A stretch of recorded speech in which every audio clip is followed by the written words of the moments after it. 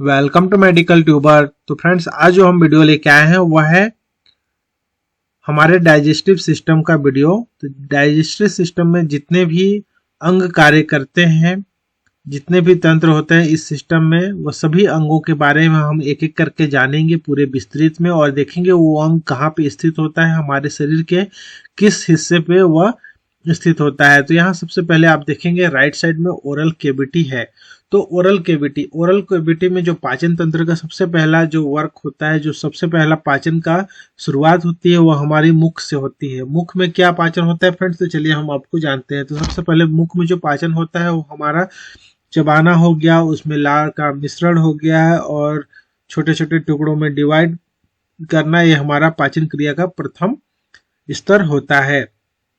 इसके बाद आती है इसोफेगस। इसोफेगस क्या होता है, जिसको ग्रास नली या ग्रसनी के नाम से भी जाना जाता है। तो ये जो ग्रसनी होती है, इसकी जो आप यहाँ लंबाई देखेंगे, आप यहाँ देख सकते हैं गले से जो है यहाँ से लेके अमाशय जो हमारा होता है, अमाशय से खुलने से पहले ये होता है इसोफेगस, जिसको ग्रास नली बोलते हैं। और इस ग्रास नली में एक उत्तकीय संरचना होती है, जिसके कारण जो खाना होता है वह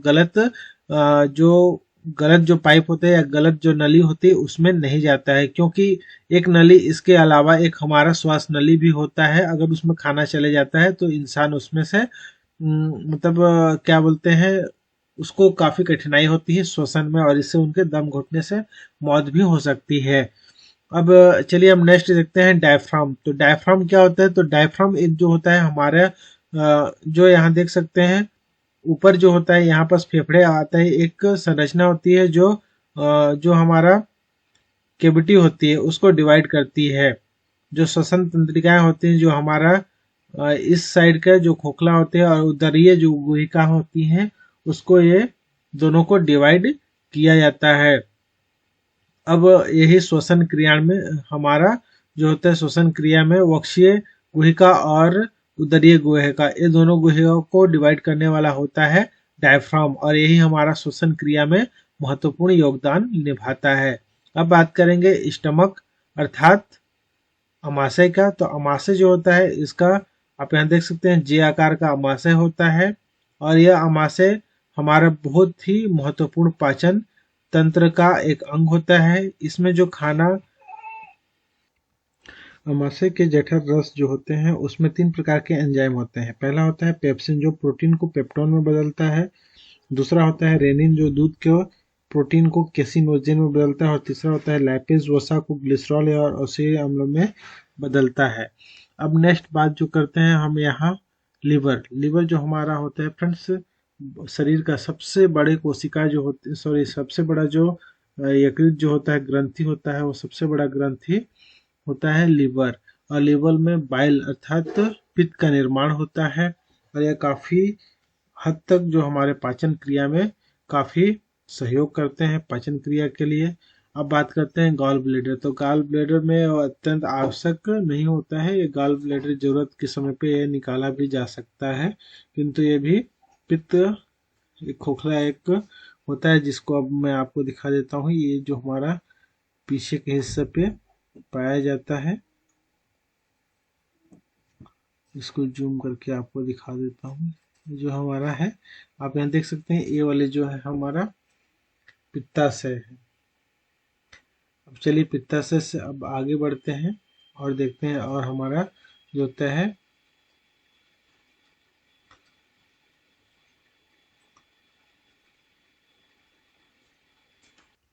तो जो डिओडिनम होता है फ्रेंड, नेक्स्ट बात करते हैं डिओडिनम का। तो आप यहाँ देख सकते हैं जो हमारा जे आकार का अमाशय होता है, इसका जो प्रथम भाग होता है वो हमारा डिओडिनम होता है, जिसको गहरी के नाम से कहते हैं। जो अधिकांश कशेरुकी प्राणी जैसे स्तनधारी सरीसृप पक्षी में जो क्षुद्रांश होता है उसका प्रथम भाग होता है, जिसको हम कह सकते हैं स्मॉल इंटेस्टाइन का पहला जो भाग होता है वह डिओडेनम कहलाता है, जिसको ग्रहणी के नाम से जाना जाता है।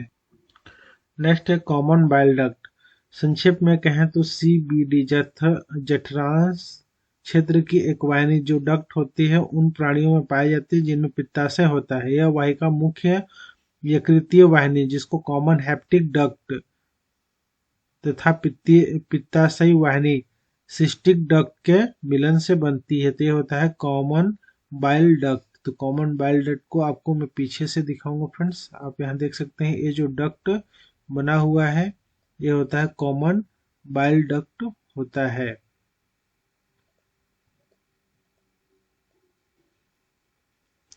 नेक्स्ट है पेनक्रियास। तो पेनक्रियास जो होता है देख सकते हैं फ्रेंड्स, पेनक्रियास यहाँ एक पत्ते की आकार की होती है, एक लीफ की तरफ से यहाँ से दिखाएंगे। तो ये जो आप देख रहे हैं सफेद कलर की, ये हमारा जो पेनक्रियास का होता है। और पेनक्रियास जो होता है इंसुलिन का स्राव होता है, जो हमारे रक्त में ब्लड में शुगर का जो लेवल होता है उसका जो होता है नियंत्रण करती है। इसके लिए अल्फा बीटा कोशिकाएं स्राव करती हैं जो पेनक्रियास होता है उसमें। नेक्स्ट अब बात करेंगे स्प्लीन। अब स्प्लीन क्या है? तो जो स्प्लीन होती है वह एक अंग होता है जो सभी रीढ़धारी जो प्राणी होते हैं उसमें पाया जाता है। मानव में जो तिल्ली होती है वह पेट में स्थिर होता है, जो पुरानी लाल रक्त कोशिकाओं को नष्ट करने का कार्य करती है। जो हमारा आरबीसी होता है उसका लाइफ साइकिल जो होता है वह 120 दिन का होता है। जब वह लाइफ साइकिल जब उसका दिन पूरा हो जाता है तब वह रक्त का जो संचित करके भंडार यही होता है। इसलिए स्प्लीन को आरबीसी का कब्र का भी कहा जाता है। तो आपको अच्छे से दिखा देता हूँ स्प्लीन जो है वह कहाँ पास है। तो ये वाली है फ्रेंड्स, आप देख सकते हैं ये स्प्लीन है। स्प्लीन जो होता है वह आरबीसी जो डेथ कर जाते हैं उसको यहाँ एकत्रित किया जाता है। और ये एक अंग होती है जो सभी रीढ़धारी होती है और यह लाल रक्त कोशिकाओं को नष्ट करने का कार्य करती है, इसलिए इसको इसका कब्रगाह के नाम से जाना जाता है। तो फ्रेंड्स ये है असेंडिंग कोलन और यहाँ देख सकते हैं ट्रांसवर्स कोलन। तो ये जो कोलन होती है यह बड़ी आंत की जो होती है वह बड़ी आंत की हिस्सा होती है। तो खाना जो पाचन के बाद जो छोटी आंत होती है वहां से होने के बाद ये बड़ी आंत में होती है और ये यहाँ से जाके जो एनल कैनाल होते हैं वहाँ ये ओपन होती है। तो अब आप देखते हैं इसमें वर्मी फॉर्म अपेंडिक्स हम देख लेंगे, सीकम देखेंगे और यहाँ जेजिनम एंड स्मॉल स्टेंटाइन को देखेंगे। तो सबसे पहले जेजुनम। जेजुनम जो होता है वह क्या है और इसके बाद आगे की ओर वीडियो की ओर बढ़े। जो हमारी जो स्मॉल इंटेस्टाइन होती है उसका बीच का भाग होता है जो ग्रहणी ड्यूडेनम और जो इलियम होता है उसको दोनों को जोड़ता है। तो आप यहाँ देख सकते हैं जो इलियम है इसको और जो हमारा ये ड्यूडेनम था दोनों को ज्वाइन करने का कार्य जो कौन करता है वो होता है जियोजिनम। और इसकी लंबाई लगभग 2.5 मीटर लंबा होता है और इसमें प्लीकाई सर्कुलरिस और बिलाई नामक संरचना होती है जो हमारे पाचन होने के बाद जितने पाचक जो एंजाइम होते हैं, पाचक जो भी पाचीय जो हमारे शरीर के लिए उपयोगी पोषक जो अवयव होते हैं वो सभी का जो होती है यहाँ से अवशोषण किया जाता है। तो कहाँ होता है वो जियोजेनम में।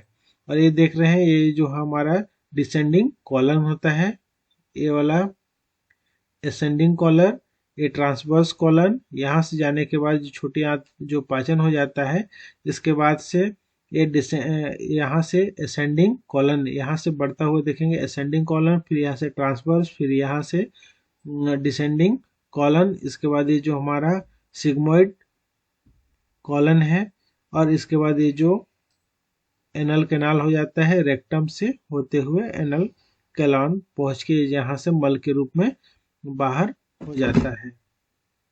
तो फ्रेंड्स इस तरीके से हमारा आज का जो डाइजेस्टिव सिस्टम होता है इसका पार्ट आप पूरा होता है। उम्मीद करता हूँ ये वीडियो आपके लिए काफ़ी हेल्पफुल रही होगी। वीडियो पसंद आए तो चैनल को जरूर कर लीजिए सब्सक्राइब, बेल बटन का ऑल नोटिफिकेशन को भी जरूर क्लिक कर अपने दोस्तों को जरूर शेयर करें। Thank you for watching, have a good day. जय हिंद, जय भारत।